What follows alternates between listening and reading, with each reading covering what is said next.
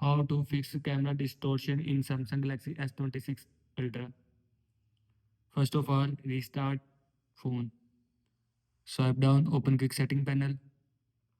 Click on power off button icon. Click on restart. Again click on restart, restart your phone. Now go back. After that, clear camera cache. Open settings, scroll down,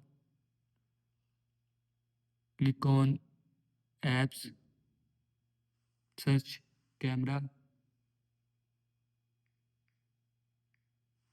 click on camera, scroll down, click on storage. Here you will see clear cache. And if you want to camera clear cache, then click on clear cache. After click on clear cache, camera will be clear cache from your phone. Now go back. After that, reset camera settings. Now open camera. Click on 4 dots more option. Click on settings.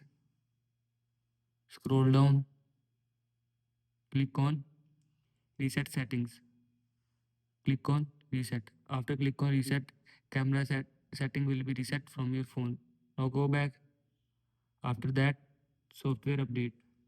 Again open settings. Scroll down.